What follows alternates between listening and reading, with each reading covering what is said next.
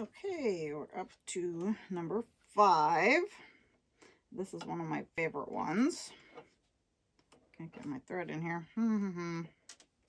Okay. Not sure where my open toe foot went. I must have used it. Okay, so for this one, this is something I use a lot on my greeting cards. Often when I'm adding something like this, like a tiny panel, which we have in our kits. But I often will just make my own, like make my own background, and then it'll have something in the middle, flower or bear or whatever, a silk screen print, or something cut out of another fabric, like if you find something that you can fussy cut a little mousse or whatever. So this is a great way. I fused it on with fusible web already, and then I'm going to set my machine on zigzag. And so I'm going to use a zigzag stitch, which means I do have to turn my project around. In the last one, I showed you how to do a zigzag without turning it around, but that's not something you want to do if you don't have to, because it is tricky. But there are times to use a zigzag stitch with the free motion foot, and that's really fun. But then you do need to be going in the right direction. So, but another thing that I haven't really mentioned, because I kind of assume I'm talking to quilters, but I shouldn't do that. When you have the free motion foot on, you are in complete control of not only what direction you go, but also the stitch length. So normally the machine makes stitches a certain size, and so if I was going to do a zigzag stitch with a regular foot, it would be very uniform, and I'm not really into uniform. So with doing it on a free motion foot, I can make it not uniform. So not only am I going to make it varying, like the spring, varying whatever, springiness, I'm also going to go back and forth over it 3 times. So it's kind of a messy zigzag stitch, but I really like it, and I think it adds a little bit. It kind of looks like a decorative stitch, but it's not one that you would ever get on a machine because it's very kind of random. So I think it's cool. I'll show you what I mean. I just start zigzagging, and I just do a little bit. There we go. I don't know what that was about. Okay, so just going back and forth, and I usually would use a more matching thread than this still, but you can do either way on that, and trying to not hit the same line. So really what I should do is go like slow one way but fast the other way, and then slow this way and then fast back. Then I won't land on my same stitches. If I go too similar speed, I'll just hit the same stitches again anyway. You couldn't do that if you tried, but when you're not trying to. Okay, but yeah, it gives a very fun look, and it can be whatever width that you want, and actually another way to do this would be to, let's see, I'll just go by one way and then change the width. So this would have actually a different look. Go with a narrower one, and then go with maybe even a much wider. Whoops, I went the wrong way. What did I just do? Okay, there we go. Whew. Even wider one. And when you do it that way, if you do it just by changing the width, rather than going back and forth, then you can do it with a straight stitch foot. So you can do this same concept with a straight stitch foot, but then you would want to go around the whole thing 3 times, and each time change the settings of the width and probably the length also. But it's a cool effect, and I just think it's really fast to do with the free motion. It's actually a good way to just start playing with the free motion foot, because it's kind of forgiving. It's supposed to be kind of messy. So that might be a good thing to, a good place to try playing with their free motion foot. I think it has a cool look. Okay, I think we're at number 6 now, and guess what? We finally made it to just plain old quilting. A lot of you are probably familiar with this one, so I'm not going to do a whole tutorial because I have a pretty in-depth one on YouTube, so go ahead and check that out. But I'll give you the basics here. So as we've already talked about, the free motion foot enables you to move your fabric in any direction. So that's really cool. The tricky part about that, though, is because of that, the sewing machine is no longer determining the stitch length.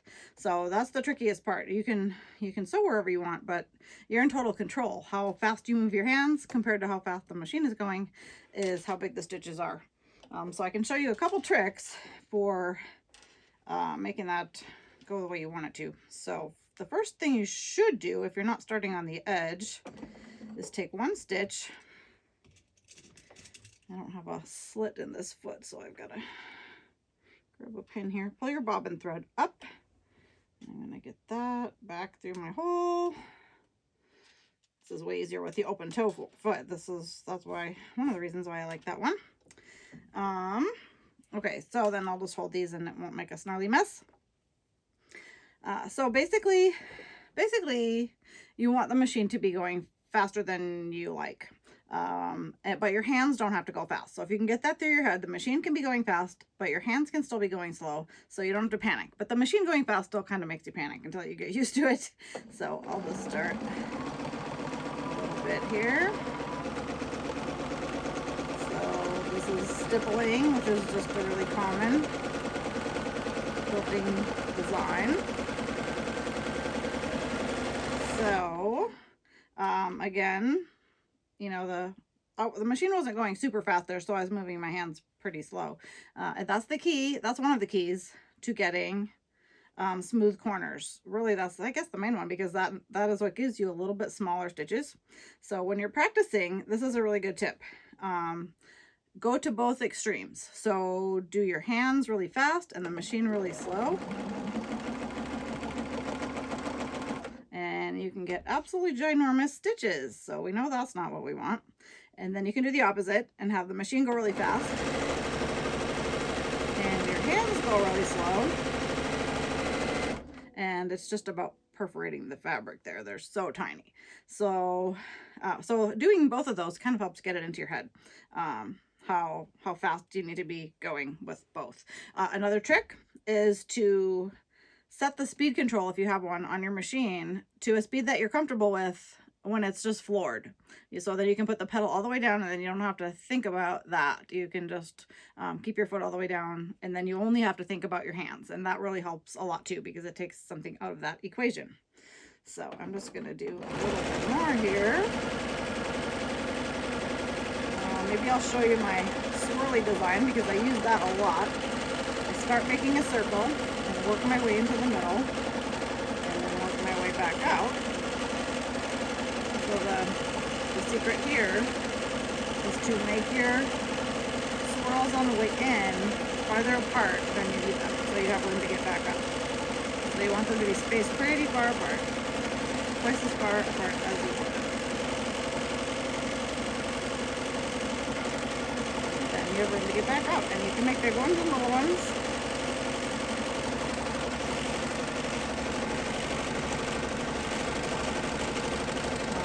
Sometimes you can get them to go the other way too. Sometimes I have a hard time with that. And then you can drive around to another spot if you need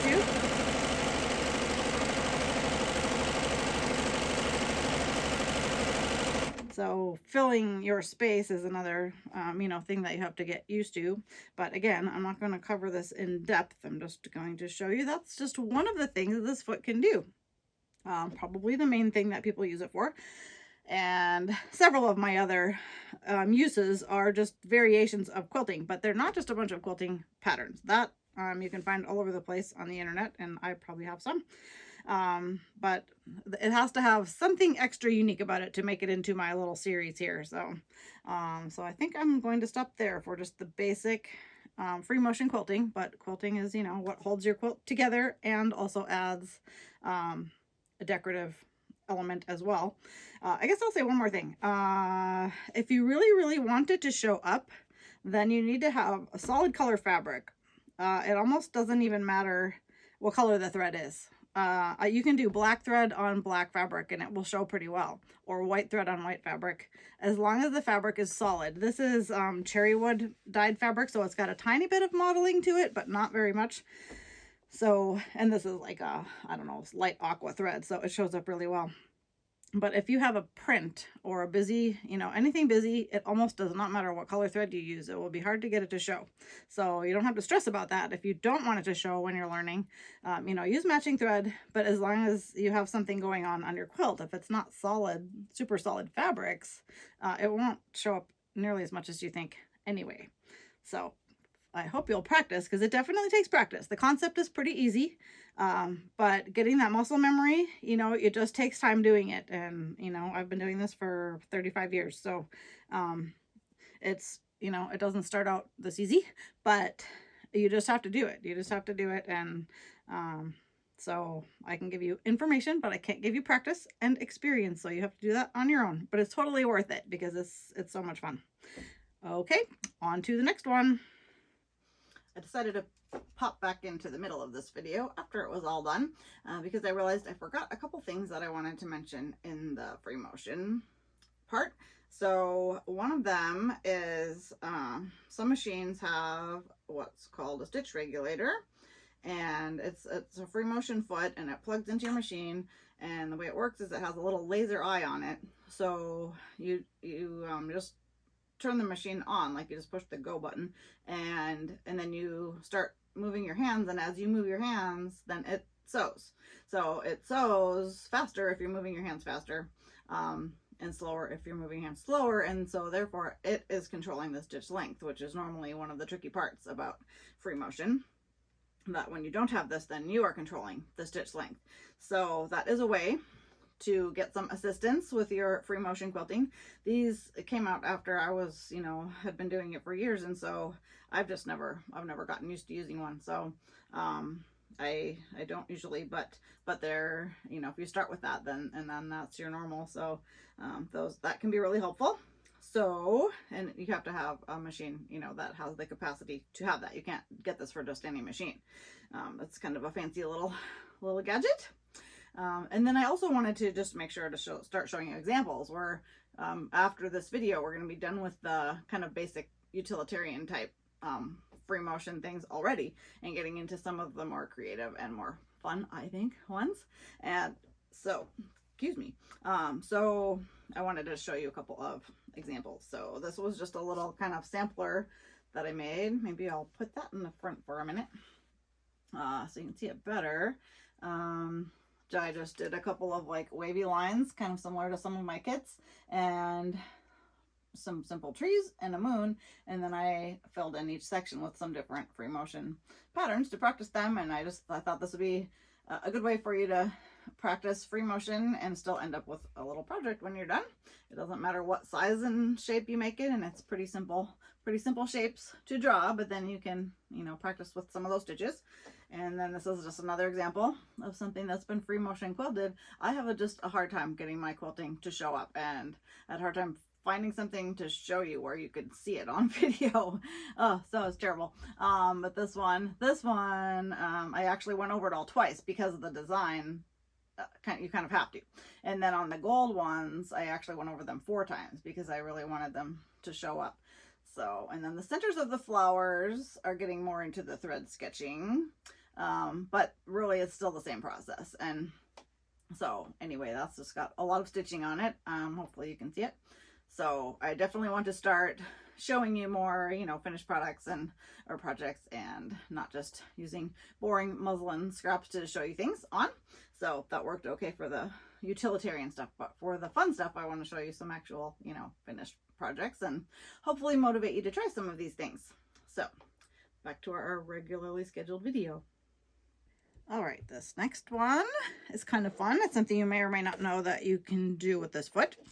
I have prepped my fabric by putting it in a hoop. I'm going to do some monogramming or, embroidery type letters. So maybe I'll just write my name. But anyway, I just used a regular embroidery hoop, but I put it on backwards. I put the larger one on the bottom so that I can lay flat on the bed. If you have trouble getting it under your foot, you can take the foot off and then put it back on once in a while. Machines don't go up high enough, but mine doesn't have a problem with that. And of course you can mark your design on first. I think I'm just going to wing it. And another really great trick for doing this is water soluble stabilizer. You wouldn't really want tearaway for this because it would be hard to get rid of all the little bits. So a water soluble stabilizer would be great, and you would put either one of these both dissolve in water. You would trace your design onto one of these, and then you would I think this one's Sulky Solvy and this one is an OESD brand one. Anyway, you would put it right in the hoop with your fabric, and that would hold that tight also. This is especially great for something like terry cloth, which is really loopy, and this will hold the loops all going down the direction that they're supposed to go.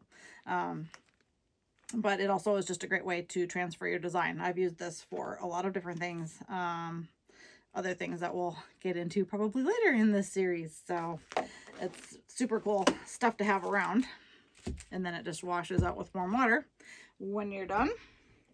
Okay, I haven't done this in a while. I figured I might as well just film my first shot, so we'll see if this makes the cut or not. So I did it on zigzag, and I'm going to start with it a little bit narrower, and then I'm going to go over it a couple times and make it a little bit wider. But I'm just going to write my name, but with a satin stitch. So I'm going to make it pretty close together. But the first time I go over it, it doesn't have to be super solid, because I am going to go over it again at least once, maybe twice.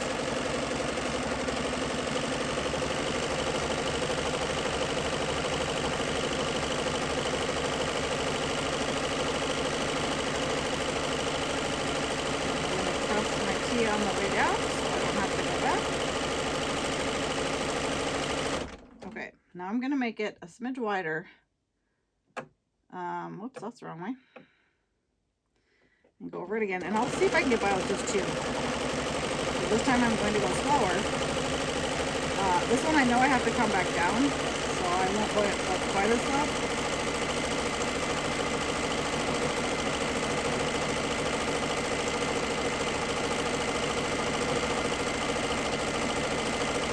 I'm going much slower to get it more solid.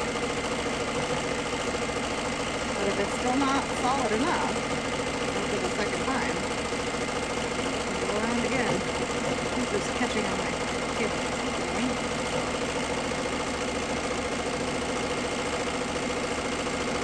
So next, I'm going to do my D again.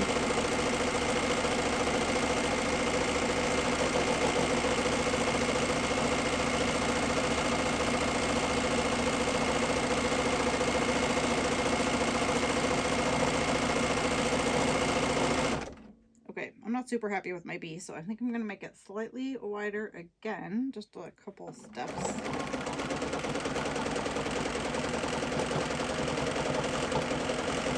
Okay, if that's slightly wider than the rest.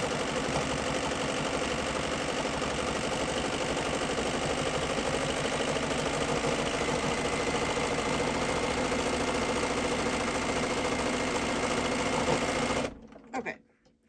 There you go. You'd have to be a lot better than me to actually make it look computerized. It's not going to look computerized. But it looks pretty good. And if you don't have a computerized embroidery machine, you can still do this, and you can do any font you want, right? So it's kind of fun. Definitely fun to play with, and you can just, practice on scraps. I have the whole regular sandwich. I actually have 2 layers of muslin on the bottom because it does help to have a little bit extra. But if you use this instead, that's great too, and it works without that. The hoop is the best stabilizer of all. I'm using a hoop because it really holds it tight, and this much stitching would really want to draw it up, so that's the reason for the hoop. Plus it gives you something to hold on to. It actually really helps also. So it helps for 2 reasons. So I will probably be using the hoop again in some other things with the free motion foot also. But this is monogramming, or writing your name on something, and it's super cool.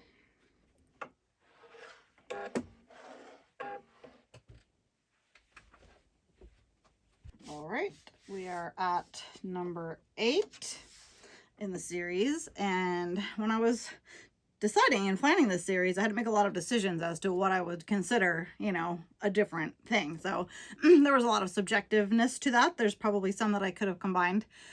And in this case, I did combine a bunch. They just all have to do with paper. So the first thing I'm going to show you is marking your free motion design with freezer paper. So cut out whatever shapes you want, and then you can iron the shiny side onto your project, and then use that as a guide to stitch around. And then, whoops, I'm still on zigzag. And then you can use them again. I'm trying not to go super close because I don't want to stitch through it. But if you're nervous about where you're going, then that's a handy way to do that. And then when you're done, you just peel it off and put it in a new spot. So that's one use of paper. Okay. And next, I'm going to stitch right through some paper that I have drawn some leaves on. There's actually some other stuff on another sheet here. I sometimes leave things like this so that you guys know you don't have to be fancy to do this. I'm definitely not. All right, I am going to stitch right through my paper, and I'm going to use this to mark my, oh, that's not what I wanted to do at all. I didn't want thread in there. Okay, well, let's try this again. I know, stop yelling at me. It's gonna keep doing that, I guess. I could probably figure out a way to turn that off. It doesn't like me not having thread in there. Okay, I guess we're gonna just do one leaf then. All right, so I did it through several layers. I'm going to show you why I did that in a minute. Okay, so I'm going to take the first one, and if you have a chalk pouncer, then you can mark through these holes with chalk. I don't, so I'm going to see if I can just color through it with a chalk pencil. Are we working? Sure. Just mark my lines. If you have a pouncer, like I'm kind of tearing the paper, but if you have a pouncer, then it won't tear the paper, and you can use this lots of times. So yeah, it didn't transfer super well, but I can kind of see it. So I can use that to trace my design, or you can take another one and actually stitch right through it. So I'm going to put my thread back in. And now the paper tells you where to go, and you can stitch right through it and tear it off. You can actually buy paper for this purpose and mark your design. So you can just draw your design on it. You don't have to stitch it this way, but even, but if you were going to draw it or trace it yourself, you don't have to trace it a million times if you stack several sheets at once. This is a way of basically tracing several sheets at once. Plus, if you hit your holes correctly, I may or may not, then because it's already perforated once, it'll come off easier. That's another advantage to doing it that way.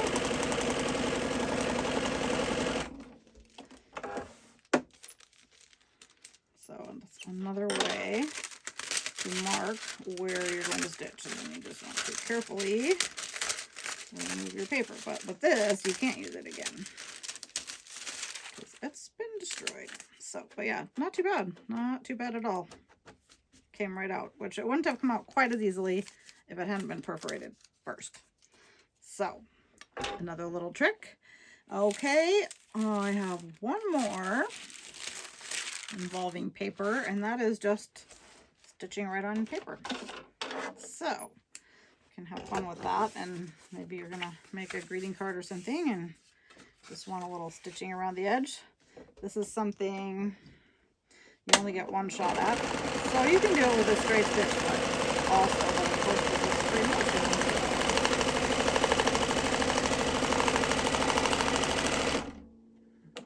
Turn the corner here, so I'm holding onto the paper.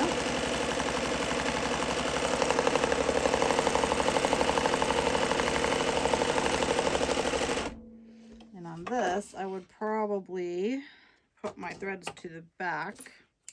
Sometimes you can just pull them and tie them or glue them so they don't come out. But kind of a fun way to decorate some paper. It's not cooperating. I might have to thread a needle. But anyway, that looks kind of cool. And again, you can do that with a straight stitch foot also. Because someone will probably ask, does it do anything to the machine to sew on paper? And I'm going to be sewing on much weirder things than paper before this series is over.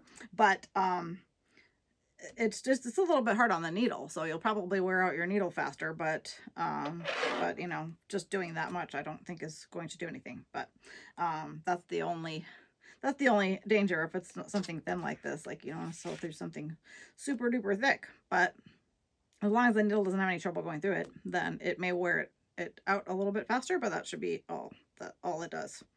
So I have one more, and this is one, oh, it's going to fuss at me again, but you'll get the idea. This is one that's probably better done with a straight stitch foot, but I'll just show you on here because that's what I have, and except it's going to yell at me. It's a way of just perforating paper. So you want the stitches to be fairly close together for this. Ooh, let me go longer that time.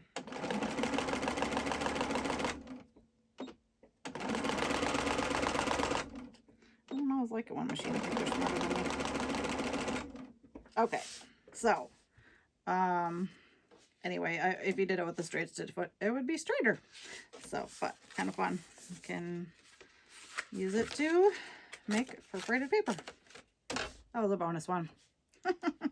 All right, so that's pretty much everything I know about free motion stitching with paper, and that's the end of this week, and I'll be back next week with at least 4 more, or probably 4 more. It might not always be exactly 4, but that's what I'm going to aim for. So we'll see you next week.